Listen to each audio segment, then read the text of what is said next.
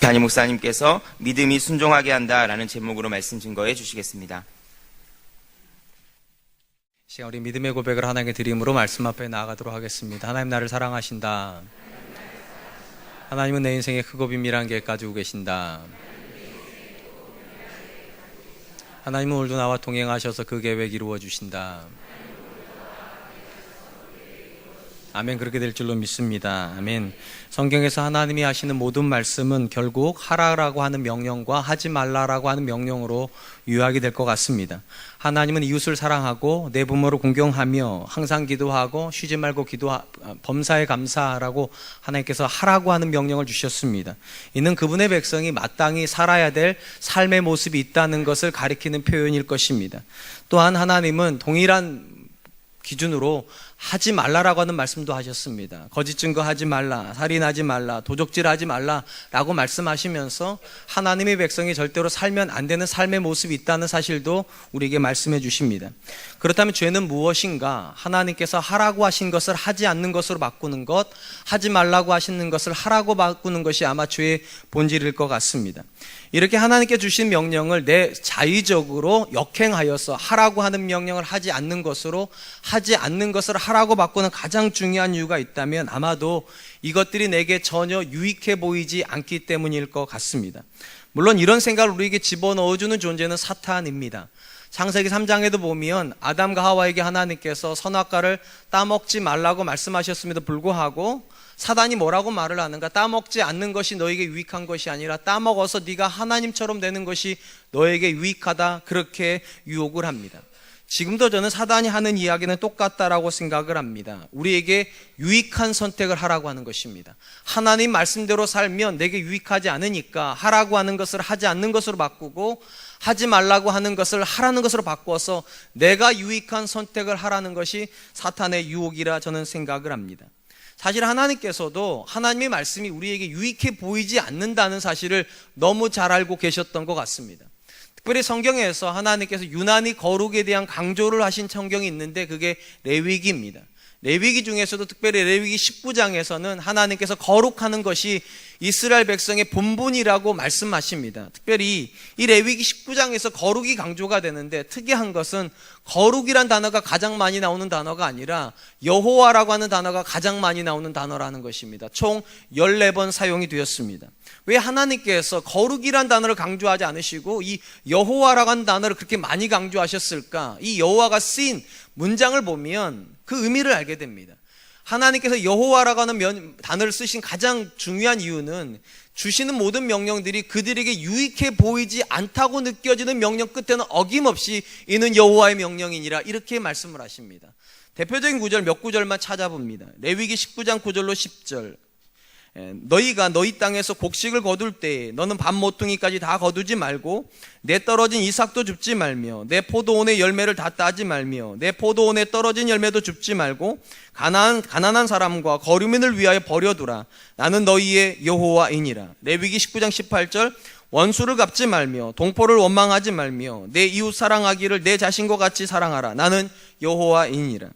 아무리 생각을 해보아도 내 밭에 내가 수고해서 뿌려서 내가 수고해서 기른 농작물을 내가 다 가져가지 못하고 귀퉁이 끝을 남겨놓는 건 내게 이익이 아니라 그들에게 이익인 것 같습니다.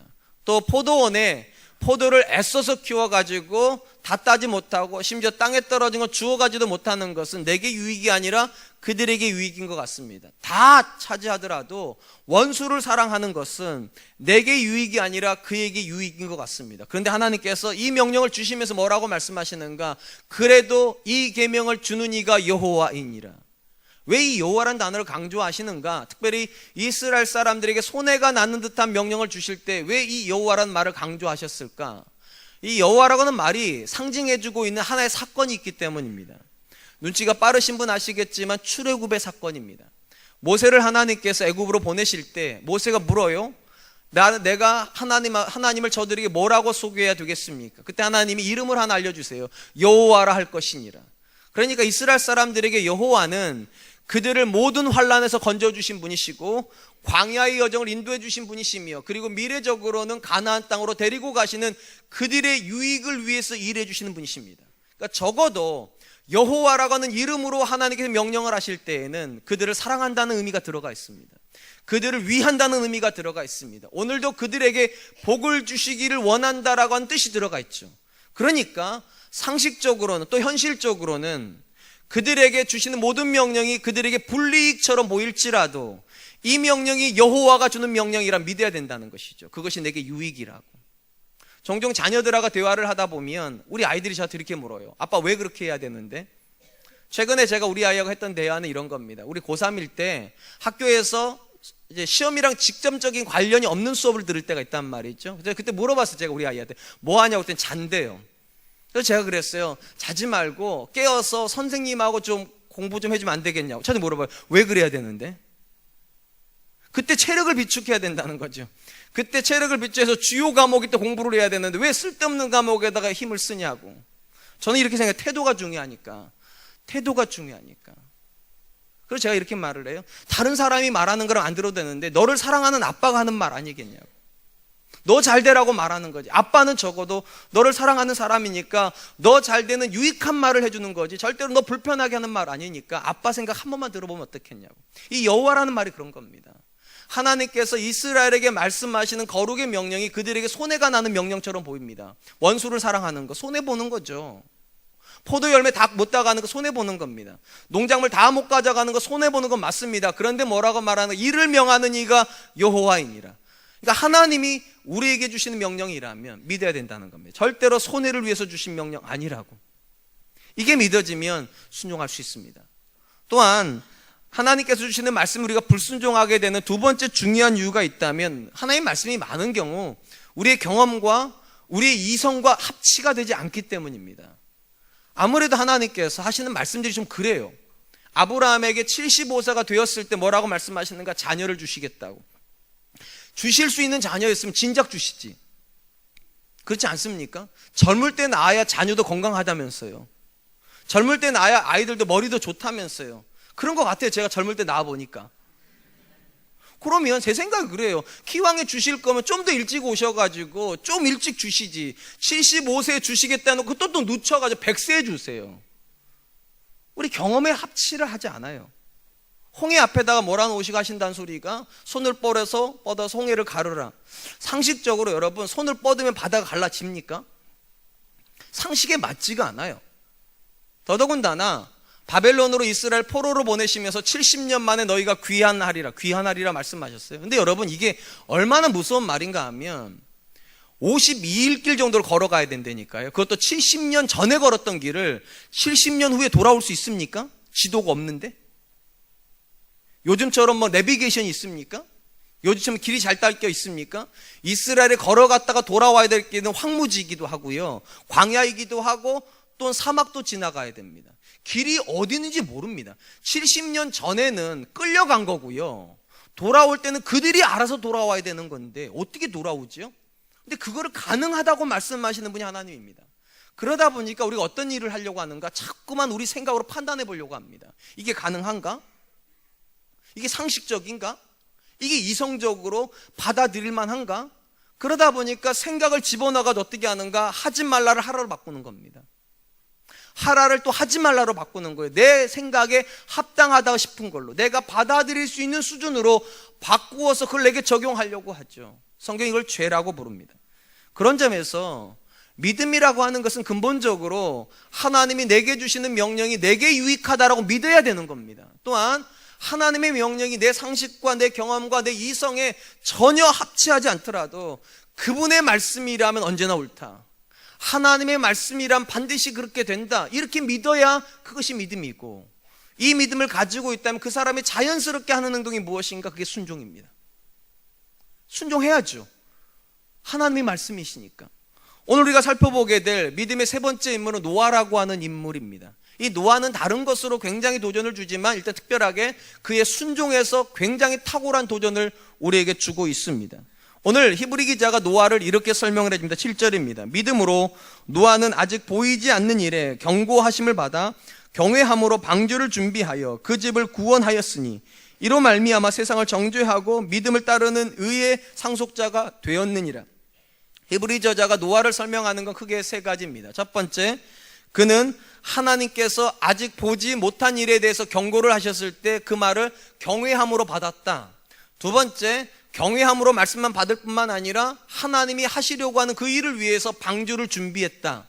세 번째, 그는 그 모든 행동을 통하여서 세상을 정죄하고 의의 조상이 되었다. 그렇게 쓰고 있는 것입니다. 그리고 이 모든 것을 가능케 했던 것이 노아의 믿음이다.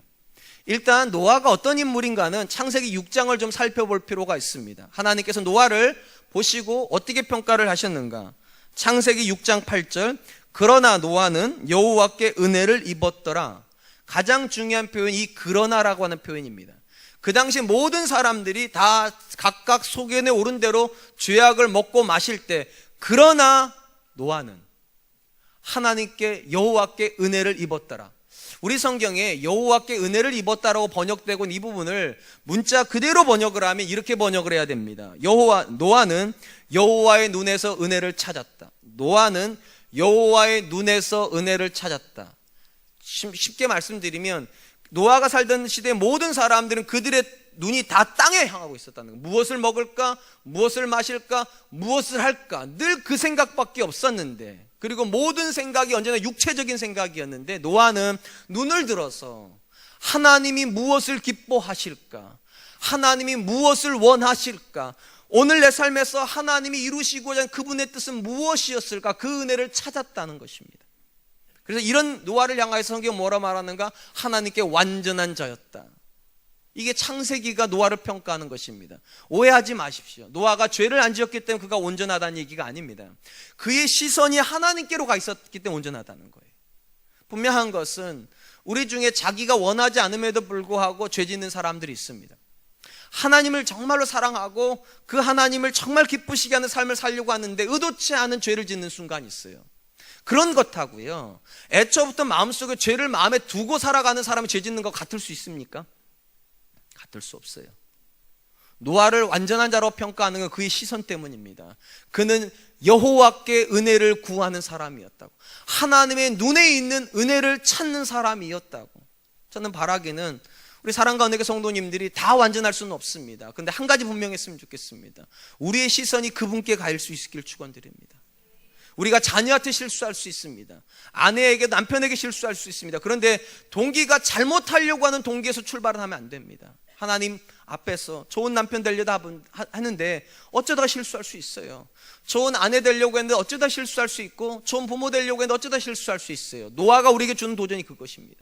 모든 사람들의 시선이 땅에 있고 육체에 있고 자기에게 있을 때 그는 눈을 들어서 하나님 눈에 있는 은혜를 찾은 사람이었다. 이런 완전한 사람에게 하나님 다가오십니다. 그리고 노아에게 명령을 하시죠. 창세기 6장 13절, 하나님이 노아에게 이르시되 모든 혈육 있는 자의 포악함이 땅에 가득함으로 그 끝날이 내 앞에 이르렀으니 내가 그들을 땅과 함께 멸하리라. 우리 성경에 내가 그들을 땅과 함께 멸하리라고 하신 부분이 오늘 7절 말씀에 아직 보지 못한 일, 아직 보이지 않는 일에 대한 경고를 받았다는 겁니다. 이 아직 보이지 않는 일이라고 하는 부분은 크게 두 가지로 해석이 될 것 같아요. 첫 번째는 아직 미래적인 시간, 한참 뒤에 있는 시간이니까 내 눈에 안 보이죠. 미래적인 사건에 대한 경고를 받았다, 이렇게 해석할 수도 있고, 두 번째는 노아에게 하나님께 하신 말씀은 전무후무한 사건입니다. 이전 시대에도 이후 세대에도 전혀 경험하지 못하는 일에 대한 경고를 받았다. 사실 두 가지 의미가 다 통하는 것 같습니다. 노아에게 주시는 명령은 최소한 그때로부터 120년 뒤에 성취되는 명령이니까 눈으로 못 보지요. 더더군다나 이전 세대도 이후 세대도 다시는 경험하지 못하는 놀라운 사건이기 때문에 눈에 보이지 않는 사건입니다. 일단 창세기 6장에서 우리가 하나님의 명령을 받고 있는 노아의 모습 속에서 발견하는 굉장히 탁월한 믿음의 모습이 있다면 노아는 판단하지 않는다는 것입니다. 상식적으로 생각을 해보세요. 인류가 멸망당하려면 비가 어느 정도 내려야 될까요? 다 떠내려가려면 도대체 비가 어느 정도 내려야 될까요? 그 당시 노아는 그렇게 많은 비를 경험해 본 적이 있을까요? 상식적으로 그런 비가 내린다고 생각할 수 있을까요? 없을 것 같아요. 저 같으면 물어봐야죠. 그러면 하나님 비가 도대체 얼마나 내린다는 겁니까? 그럼 비가 어떻게 내린다는 겁니까? 도대체 어떻게 이게 가능한, 이렇게 물어봐야 될 것 같은데, 놀랍게도 창세기 6장에서 노아는 질문하지 않습니다. 하나님이 하시는 말씀을 그대로 받을 뿐입니다. 그걸 오늘 히브리 저자가 뭐라고 말하는가? 경외함으로 표현하는 겁니다. 내 생각으로는 그게 이해가 안 되지요. 내 경험난 생각은 그게 안 들어와 있으니까 그걸 어떻게 이해를 못 하는데, 그는 이렇게 생각하는 거예요. 하나님이 그렇게 말씀하셨으면, 이게 하나님의 말씀이라면 그렇게 되는 거지. 사실 이런 노아의 태도가 굉장히 탁월하다는 것은 똑같은 믿음의 사람이었던 모세하고 비교해보면 알 수 있습니다. 모세도 굉장한 믿음을 가지고 있는 사람이었는데 안타깝게도 노아에게는 역시 조금 미치지 못하는 것 같습니다. 모세가 이스라엘 백성을 광야로 데리고 나왔을 때 민수기 11장에 보면 굉장히 아이러니한 사건이 벌어집니다. 하나님께서 매일 아침마다 그들에게 만나를 먹여주시는데 이스라엘 백성이 만나가 지겹다고 말하는 사건이 벌어집니다. 그러면서 뭐라고 말하는가? 애굽이 그립다는 거죠. 애굽의 가마 곁에 있을 때는 고기도 먹었는데, 여러분 솔직히 생각해, 노아가 아니죠. 이스라엘 사람이 거기서 노예 생활을 했는데요, 노예가 고기를 먹으면 얼마나 먹었겠어요.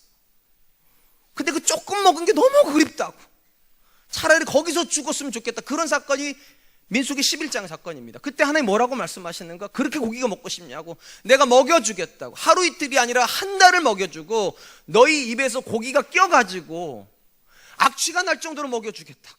기가 막힌 이야기를 하죠. 이 이야기를 듣고서 모세가 할렐루야 아멘 이랬으면 참 좋을 텐데, 모세가 하나님께 따져 묻습니다. 상식적이지 않으니까 이렇게 질문을 해요. 민수기 11장 21절 22절, 모세가 이르되 나와 함께 있는 이 백성의 보행자가 60만 명이온데 주의 말씀이 한 달 동안 고기를 주어 먹게 하시겠다 하시오며 그들을 위하여 양떼와 소떼를 잡은즉 족하며 바다의 모든 고기를 모은들 족하오리이까. 하나의 말씀을 듣고 모세가 생각을 하는 겁니다.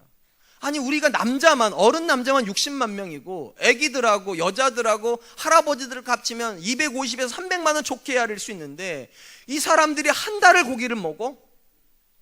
이 모든 우리가 애굽에서 나올 때 가지고 왔던 양이며 소며 염소를 다 잡아도 안 될 것 같고, 심지어 바다에 있는 고기를 다 쓸어다가 갖다 줘도 안 될 것 같은데 이게 되냐고 하나님께 물어보는 겁니다. 이게 되냐고. 훨씬 인간적이죠. 모세가 훨씬 인간적입니다. 근데 하나님께서 그 인간적인 모세한테 이렇게 말씀하세요. 민수기 11장 23절, 여호와께서 모세에게 이르시되 여호와의 손이 짧으냐? 내가 이제 내 말이 내게 응하는 여부를 보리라. 이전 성경 이렇게 번역을 했습니다. 여호와의 손이 짧아졌느냐? 이전에 엄청난 사건들을 니네들이 경험을 했는데 그거는 가능했는데 이거는 능력이 부족해서 안 된다고 얘기하는 거냐고. 능력이 부족해서 한 달간 너에게 고기를 못 먹이는 거냐고. 모세는 생각하는 겁니다.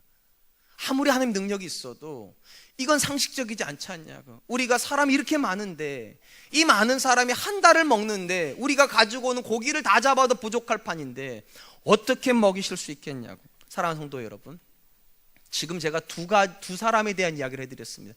두 사람 다 믿음 있는 사람입니다. 한 사람은 노아이고 또 한 사람은 모세입니다. 둘 다 상식적이지 않은 이야기를 들었습니다.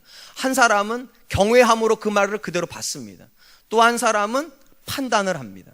여러분, 제가 하는 말을 오해하지 마세요. 예수님 믿는다는 건 멍청하게 무조건 들어야 된다 이 말이 하는 게 아니에요.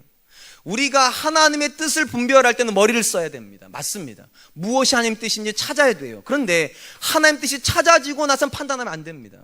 그때는 순종해야 돼요. 찾아놓고서 그때 또 판단하는 분들이 계세요. 이게 가능하냐고. 모세는 판단을 합니다. 노아는 판단하지 않습니다. 왜냐하면 하나님이 하신다고 말씀하시면 하는 거니까요. 그분이 옳다고 말씀하시면 옳은 거니까요.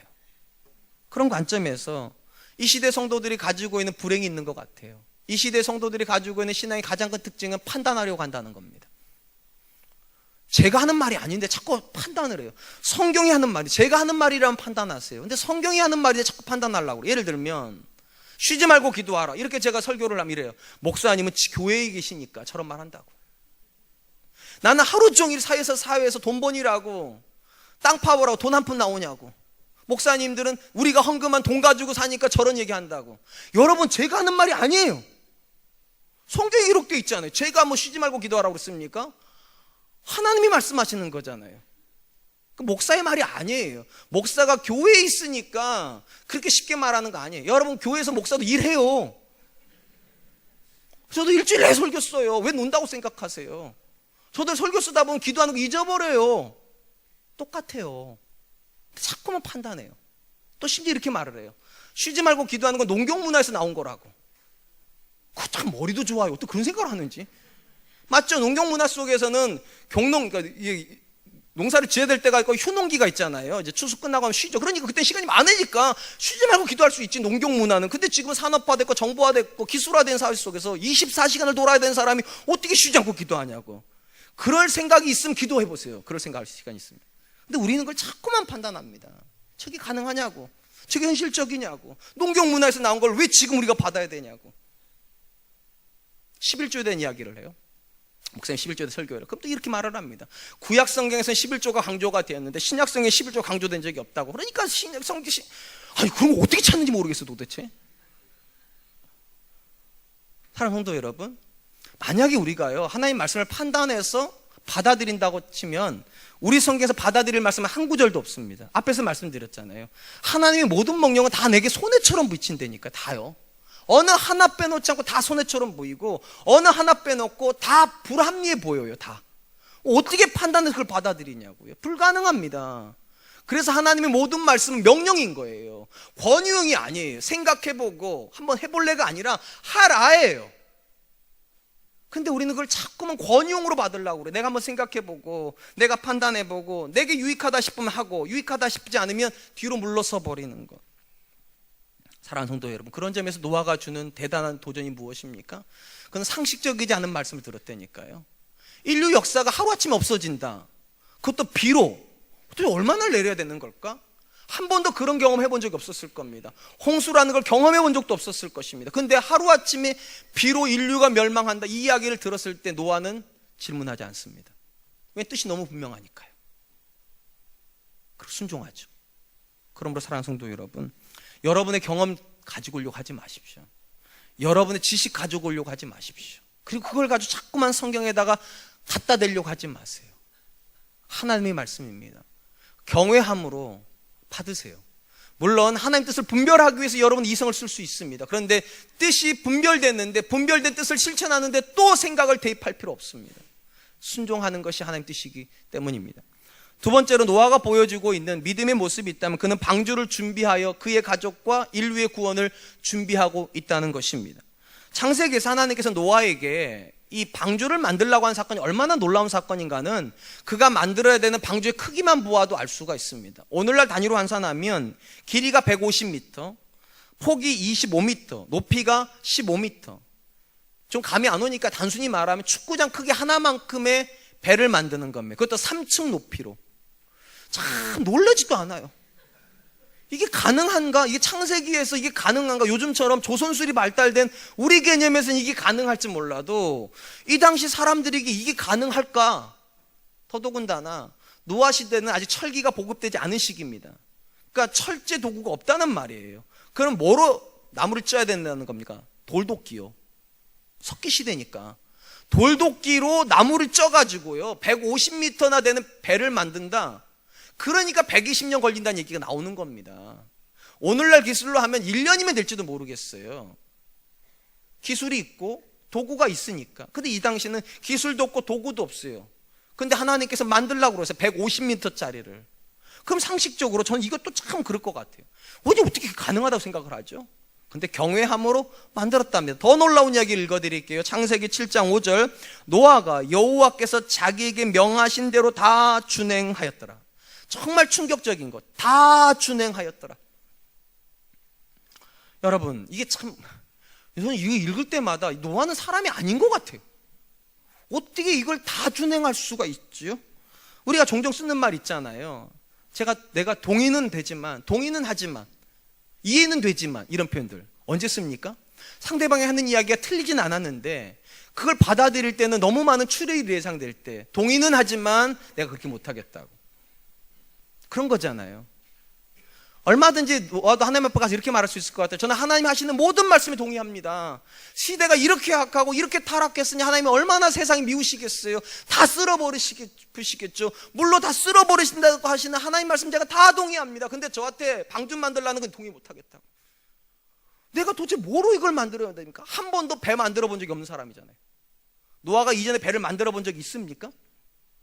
성경에 안 나오는 건 없다는 거잖아요. 만들어 본 적이 없어요. 그 사람한테 하나님께서 갑자기 금도끼, 은도끼 주시는 겁니까? 뭐 거기서 금도끼 사건이 나오는 거예요? 아니, 아무것도 안 주세요.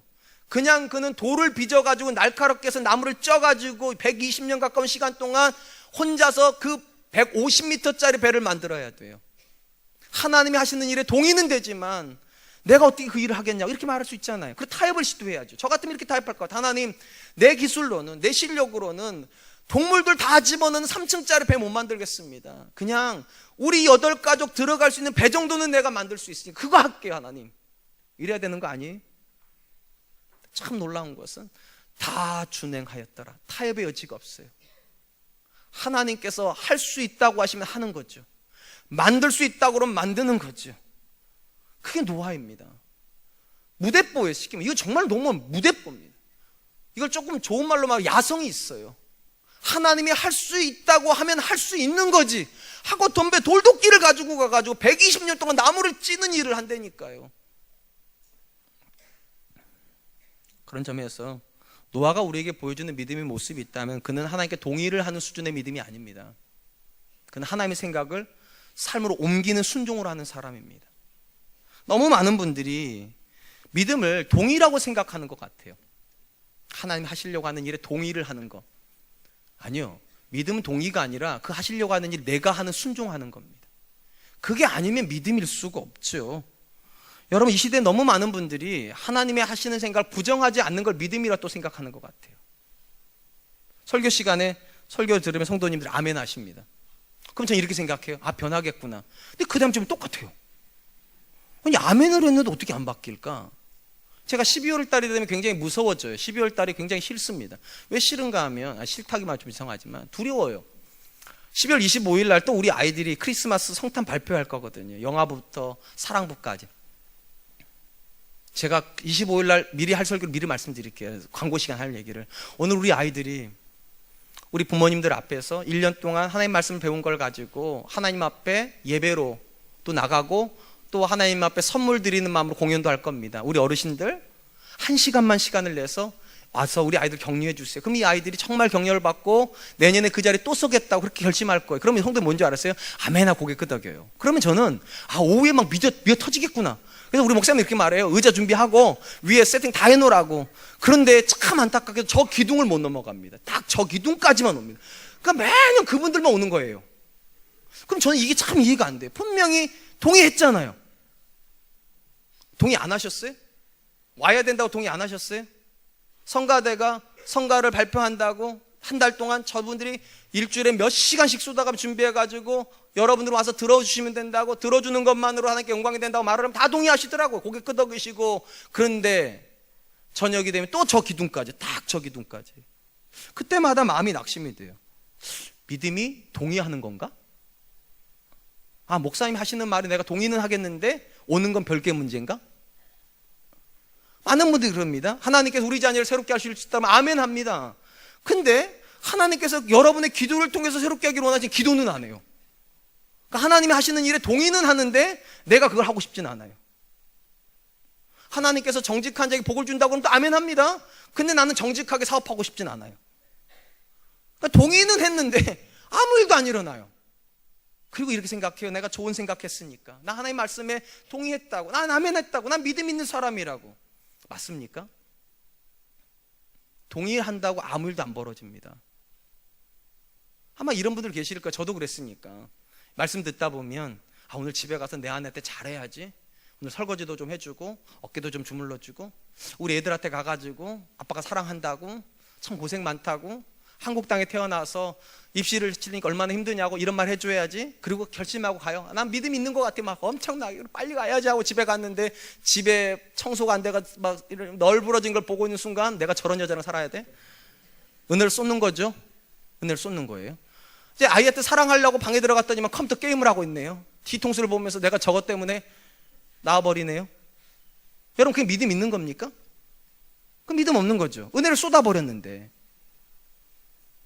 여러분 절대로요, 교회에서 은혜를 받아가지고 내가 좋은 생각을 하고 있다고 여러분 믿음 있는 거 아니에요. 여러분이 그걸 가지고 집에 가서 남편으로서 어떻게 했는가가 믿음인 거고, 아빠로서 어떻게 했는가가 믿음인 거고, 아내로서 어떻게 했는가가 믿음이지, 동의만 한다고 아무 일도 안 일어난다니까요.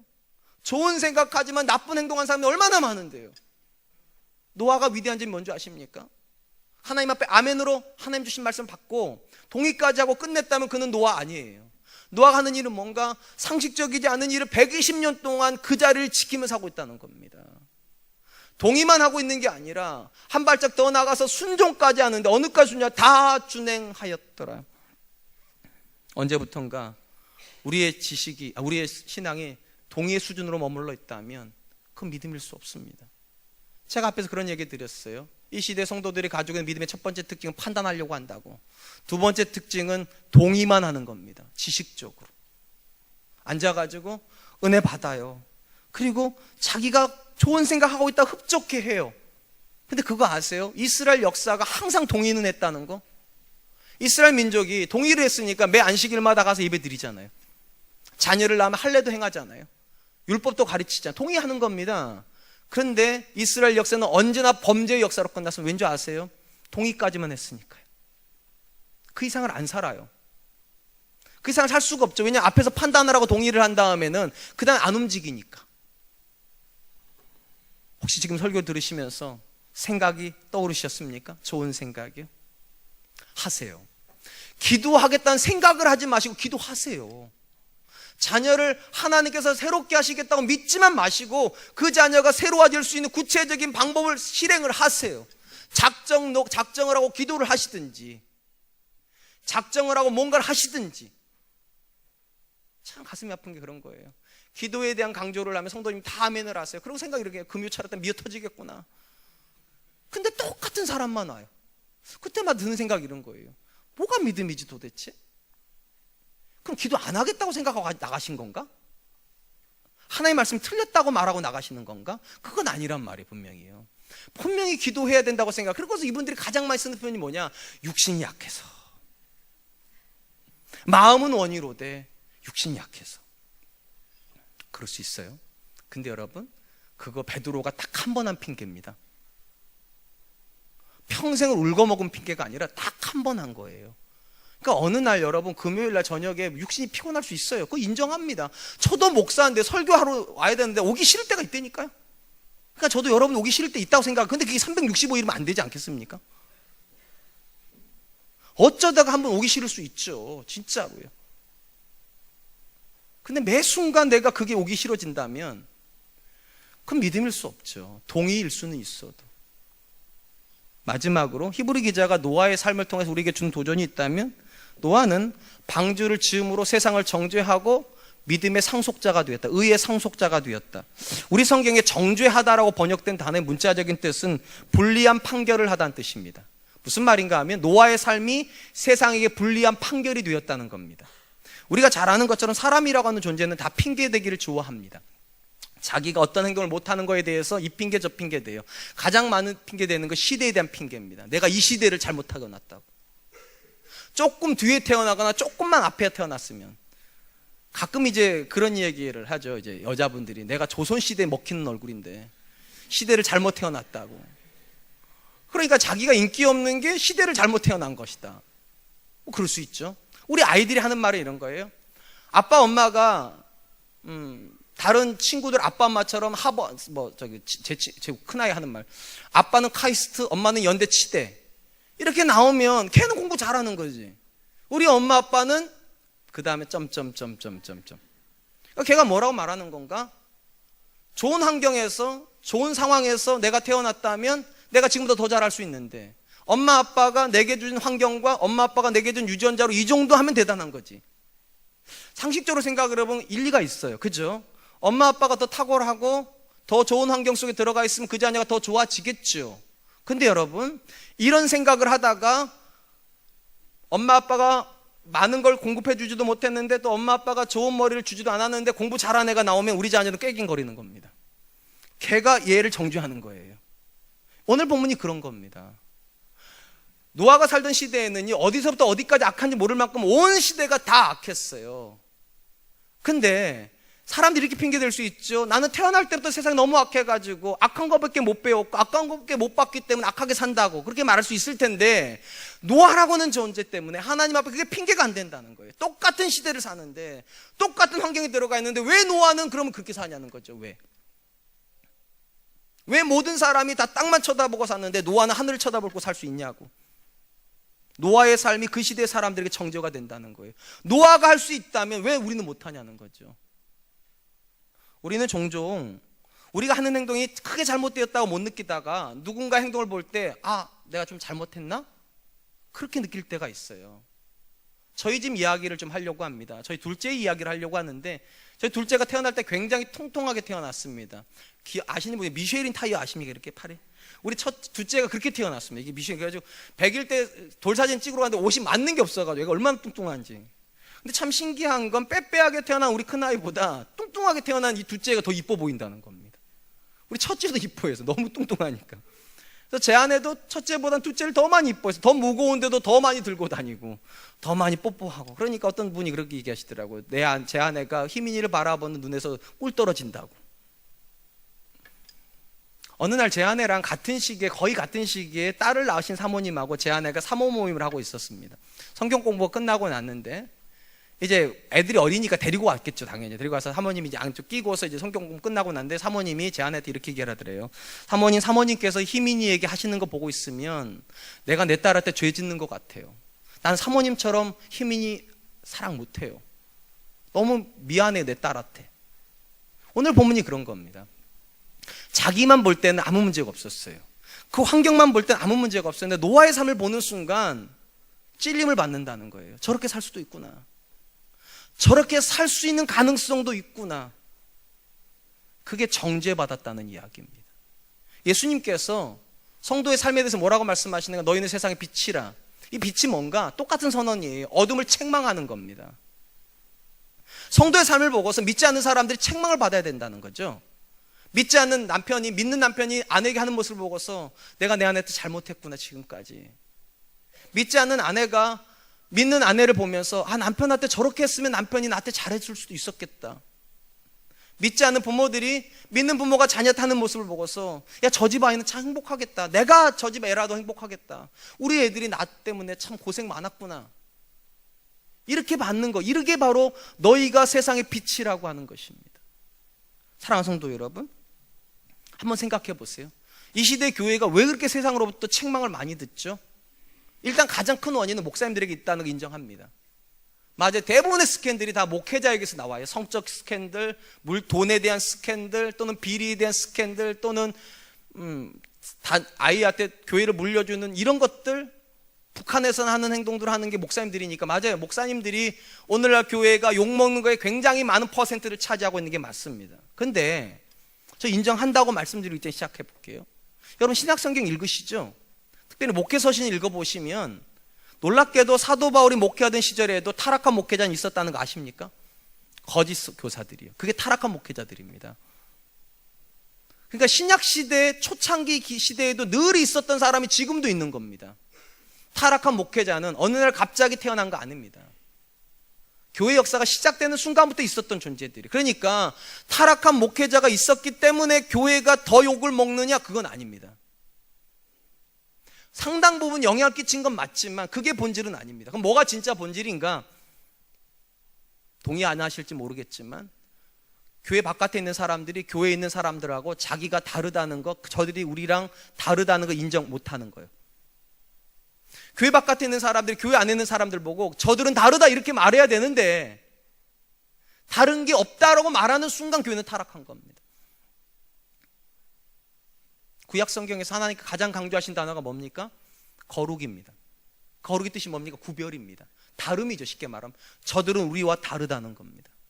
신약 성경에서 가장 강조된 단어가 뭡니까? 성도입니다. 거룩한 도를 따르는 사람이란 뜻이겠죠.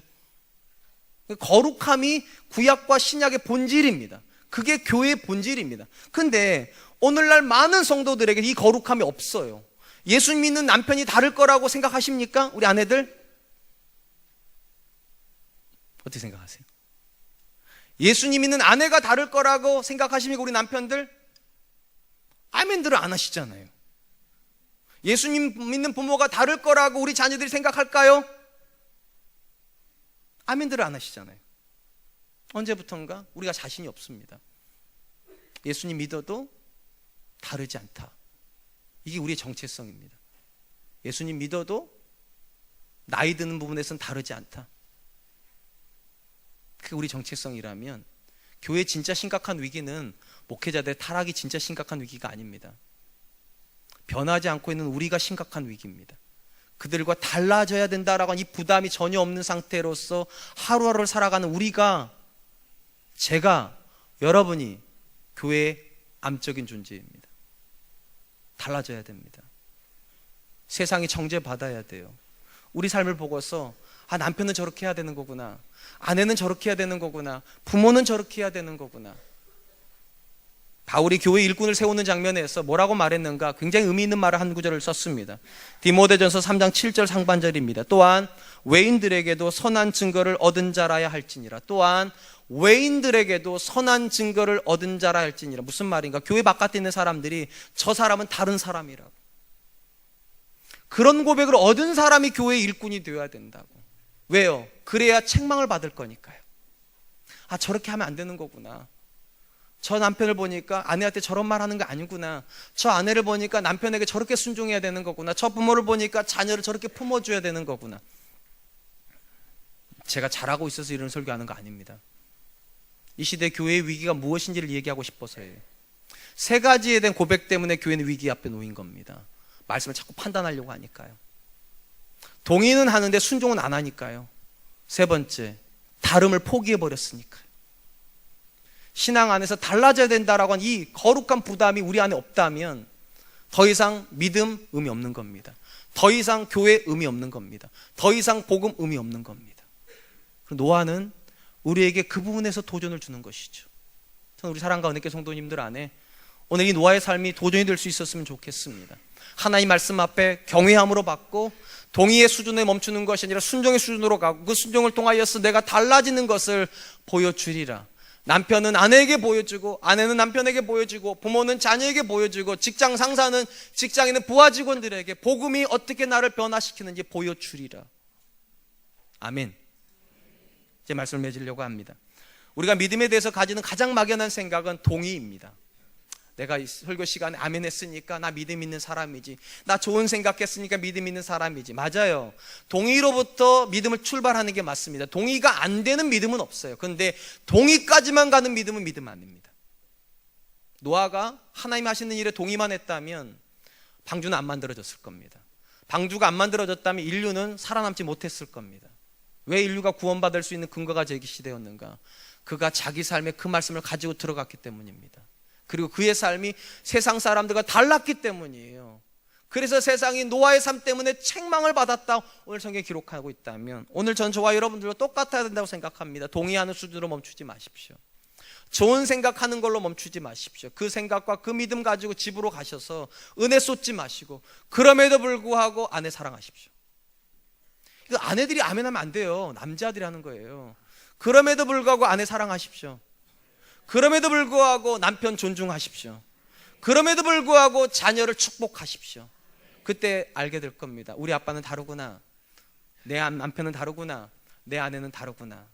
우리 사랑과 은혜교회가 고백하는 다름이 있었으면 좋겠고, 이번 한 주간 그 다름을 위해서 기도하면서 말씀에 순종한 한 주간 되시기를 주님의 이름으로 축원드리겠습니다.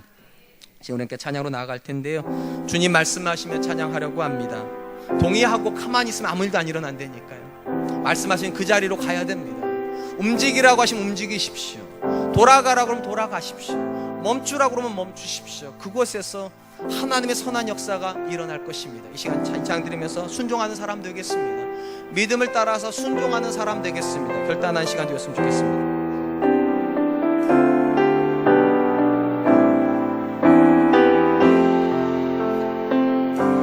주님 말씀하시면, 주님 말씀하시면 내가 나가리라. 주님 뜻이 아니면 내가 멈춰서리라.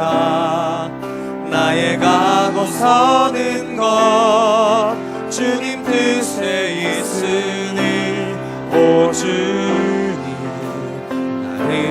이끄소서. 주님 말씀하시면 주님 말씀하시면 내가 나아가리라. 주님 뜻이 아니면 내가 멈춰서리다. 나의 가고 서는 것 주님 뜻에 있으니 오직